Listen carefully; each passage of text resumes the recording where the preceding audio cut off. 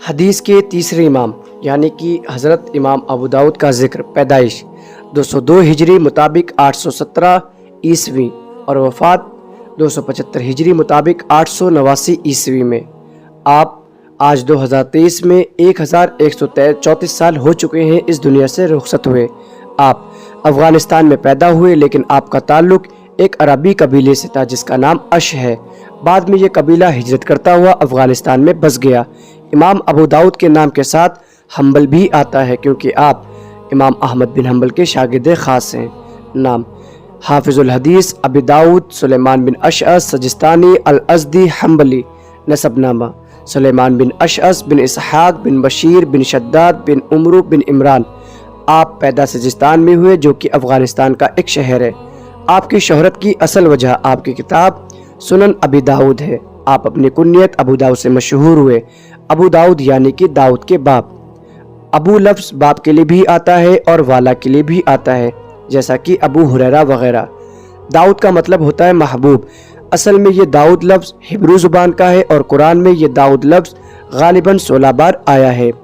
امام ابو داؤد کا نام داؤد نہیں ہے بلکہ حقیقی نام سلیمان ہے، اور یہ سلیمان لفظ بھی ہبرو زبان کا ہے جس کا مطلب ہوتا ہے سکون، اور یہ سلیمان لفظ قرآن میں 17 بار آیا ہے۔ امام ابو داؤد کے نام کے ساتھ سجستانی بھی آتا ہے۔ پہلے سجستان کا نام سکستان تھا، بعد میں بدلتا گیا۔ یہ سجستان افغانستان ہی کا ایک شہر ہے لیکن اب یہ جگہ آباد نہیں۔ ہاں، پہلے یہ سجستان مرکز ہوا کرتا تھا تصوف کے عظیم سلسلے کا، سلسلہ چشت۔ یہ چشت بھی افغانستان ہی کی ایک جگہ ہے۔ امام کا گھرانہ بے حد علمی تھا۔ آپ کے بھائی قرآن کے بہترین قاری۔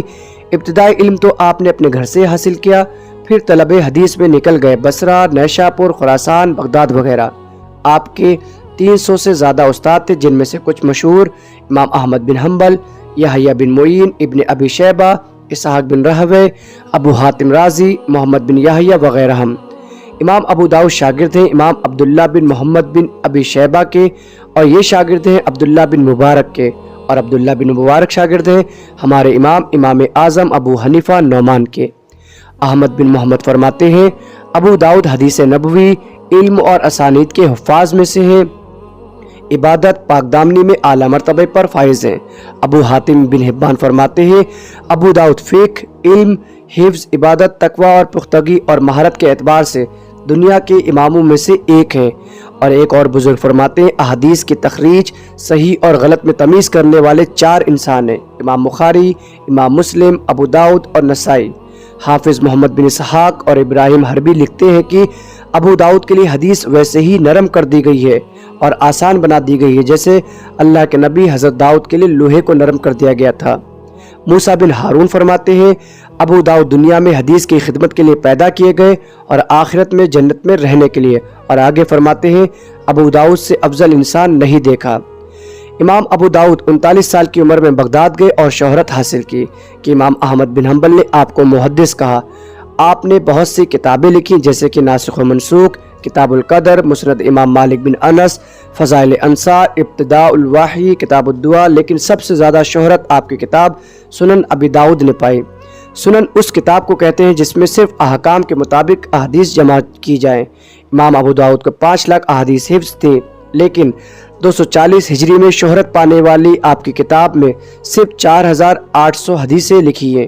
یہ وہ پہلی کتاب ہے جس میں ہر طرح کی حدیثیں جمع نہیں کی گئیں بلکہ صرف احکام و مسائل کے مطابق حدیثیں لکھی گئی ہیں۔ فقہ کے مسائل استنباط پر یہ کتاب لکھی گئی ہے۔ امام ابو داؤد نے خود لکھا ہے کہ میں نے اپنی کتاب سنن ابی داؤد میں صرف وہ احادیث تحریر کی ہیں جو صحیح ہے یا حسن ہے۔ صحیح حدیث کون سی ہوتی ہے اس کی پہچان کے لیے 5 شرائط بیان کی جاتی ہیں۔ پہلی، ہر راوی اپنے سے پہلے جس راوی سے بھی حدیث کو حاصل کر رہا ہے وہ ایسا بلا واسطہ ڈائریکٹ کر رہا ہو، یہی معاملہ حدیث کی سند کے آخر یعنی کہ رسول اللہ صلی اللہ علیہ وسلم تک چلا جائے، یعنی کہ بیچ سے کوئی بھی نریٹر ساقط نہ ہو۔ دوسری شرط، حدیث کو بیان کرنے والا ہر راوی اس وقت عادل قرار پائے گا جب وہ مسلمان، عاقل، بالغ ہو، اس میں کوئی بد کرداری نہ پائی جاتی ہو اور وہ معاشرے میں قابل عزت سمجھا جاتا ہو۔ تیسری شرط، حدیث کو بیان کرنے والا ہر راوی حدیث کو محفوظ کرنے والا ہو۔ یہ حفاظت چاہے اچھی یادداشت کے ذریعے سینے میں محفوظ رکھ کر کی جائے یا پھر کسی کتاب میں لکھ کر۔